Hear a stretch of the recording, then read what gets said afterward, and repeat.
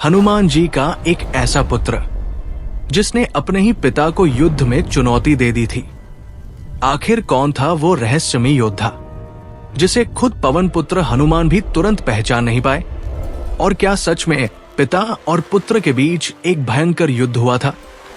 लेकिन उससे पहले एक छोटा सा निवेदन, अगर आपने अभी तक चैनल को सब्सक्राइब नहीं किया है तो जरूर कीजिए और बेल आइकन दबाना मत भूलिएगा, क्योंकि आज की ये कहानी केवल एक कथा नहीं बल्कि रामायण के बाद छिपे एक ऐसे रहस्य को उजागर करती है जिसके बारे में बहुत कम लोग जानते हैं। हम सभी जानते हैं कि हनुमान जी बाल ब्रह्मचारी थे। उन्होंने कभी विवाह नहीं किया।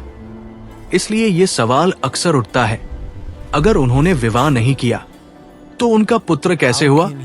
यहीं से शुरू होती है एक अद्भुत और रहस्यमयी कथा। ये घटना उस समय की है जब हनुमान जी लंका को जलाकर लौट रहे थे। जब उन्होंने अपनी पूंछ में लगी आग से पूरी लंका को जला दिया, तब उस अग्नि को शांत करने के लिए वे समुद्र की ओर गए और अपनी जलती हुई पूंछ को समुद्र में डुबो दिया। लेकिन उस समय कुछ ऐसा हुआ जिसकी कल्पना भी किसी ने नहीं की थी। कहा जाता है कि जब हनुमान जी ने समुद्र में छलांग लगाई, तब उनके शरीर से निकली एक पसीने की बूंद समुद्र में गिर गई। वो कोई साधारण बूंद नहीं थी, उसमें हनुमान जी की अपार शक्ति समाहित थी। उसी समय एक मकर यानी मगरमच्छ ने उस बूंद को निगल लिया और यही से जन्म हुआ मकरध्वज का। समुद्र के अंदर उस मकर के शरीर से एक बालक उत्पन्न हुआ। वो बालक साधारण नहीं था। उसके शरीर में हनुमान जी की शक्ति थी। उसका तेज अलग था और उसकी आंखों में एक अजीब सा आत्मविश्वास था। उसे पाताल लोक के राजा अहिरावण ने पाया। अहिरावण जो रावण का ही भाई था और एक शक्तिशाली मायावी असुर था। उसने उस बालक को अपने पास रखा और उसे पाला पोसा। उसका नाम रखा गया मकरध्वज। जैसे जैसे मकरध्वज बड़ा हुआ, उसकी शक्ति भी बढ़ती गई। वो अत्यंत बलशाली, साहसी और निडर योद्धा बन गया। उसने पाताल लोक के युद्ध कौशल सीखे और अहिरावण का सबसे भरोसेमंद सैनिक बन गया। इतना ही नहीं, उसे पाताल लोक के द्वार का रक्षक भी बना दिया गया। अब सोचिए, एक तरफ हनुमान जी जो स्वयं अजेय माने जाते हैं और दूसरी तरफ उनका पुत्र जो अनजाने में ही उसी शक्ति का उत्तराधिकारी बन चुका था। लेकिन दोनों को इस बात का पता नहीं था कि वे पिता और पुत्र हैं। और फिर आया वो समय जब यह रहस्य एक भयंकर युद्ध में बदलने वाला था। ये घटना तब की है जब अहिरावण ने छल से भगवान श्री राम और लक्ष्मण को अपहरण करके पाताल लोक में ले गया। पूरी वानर सेना हैरान थी और तब हनुमान जी ने संकल्प लिया कि वे किसी भी हाल में प्रभु श्री राम को वापस लेकर आएंगे। जब हनुमान जी पाताल लोक के द्वार पर पहुंचे तो उनके सामने एक शक्तिशाली योद्धा खड़ा था। उसकी आंखों में निडरता थी, शरीर में अपार बल और उसके चेहरे पर एक अजीब सा तेज था। उसने बिना किसी डर के हनुमान जी का रास्ता रोक लिया। हनुमान जी ने गंभीर स्वर में कहा, मार्ग छोड़ दो, मुझे अपने प्रभु श्री राम और लक्ष्मण को बचाने जाना है।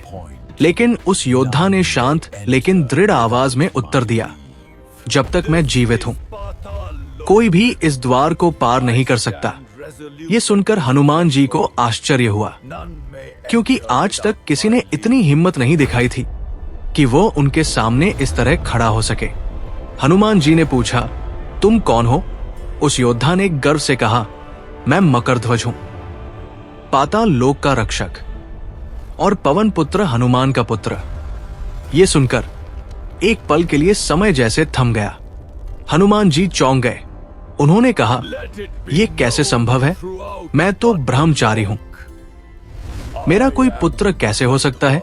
तब मकरध्वज ने अपनी जन्म कथा सुनाई कि कैसे लंका दहन के बाद समुद्र में गिरी एक पसीने की बूंद से उसका जन्म हुआ और कैसे उसे अहिरावण ने पाला। अब हनुमान जी समझ गए कि ये कोई भ्रम नहीं बल्कि सच्चाई है लेकिन स्थिति आसान नहीं थी, क्योंकि सामने उनका अपना पुत्र था और पीछे उनका कर्तव्य। मकरध्वज ने स्पष्ट कहा, आप मेरे पिता हो सकते हैं, लेकिन इस समय मैं अपने कर्तव्य से बंधा हूं। मैं आपको अंदर नहीं जाने दूंगा। ये सुनकर हनुमान जी के सामने एक कठिन निर्णय था। एक तरफ पिता का भाव और दूसरी तरफ प्रभु श्री राम के प्रति उनकी भक्ति, और अंत में उन्होंने अपने कर्तव्य को चुना। फिर शुरू हुआ वो युद्ध जहां पिता और पुत्र आमने सामने थे। हनुमान जी ने अपने बल का प्रयोग किया और मकरध्वज ने भी पूरी शक्ति से उनका सामना किया। दोनों के बीच भयंकर युद्ध हुआ। हर प्रहार में शक्ति थी, हर वार में संकल्प। हनुमान जी को पहली बार महसूस हुआ कि सामने कोई साधारण योद्धा नहीं है। मकरध्वज उनके हर वार का जवाब दे रहा था, बिना डरे, बिना पीछे हटे। लेकिन अंत में अनुभव और दिव्य शक्ति के सामने मकरध्वज को झुकना पड़ा। हनुमान जी ने उसे परास्त कर दिया, लेकिन उसे मारने के बजाय बांध दिया, क्योंकि वो केवल एक योद्धा नहीं था, वो उनका पुत्र था। इसके बाद हनुमान जी पाताल लोक के अंदर गए और अहिरावण का वध करके श्री राम और लक्ष्मण को मुक्त कराया।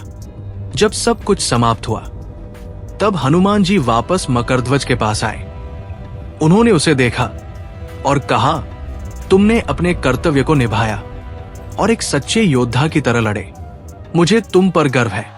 और फिर उन्होंने मकरध्वज को पाताल लोक का राजा बना दिया। ये केवल एक पिता का निर्णय नहीं था, ये एक गुरु का आशीर्वाद था। तो इस कहानी से हमें क्या सीख मिलती है कि असली धर्म क्या है?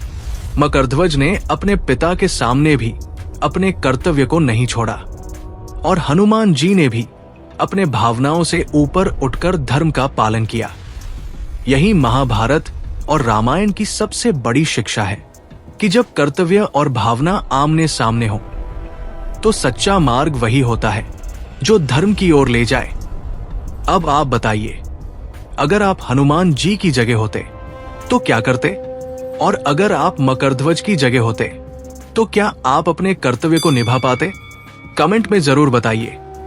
और अगर आपको ये कहानी रोचक लगी हो तो इसे जरूर शेयर कीजिए, क्योंकि ऐसी कहानियां सिर्फ इतिहास नहीं होती, ये हमें खुद को समझने का मौका देती है।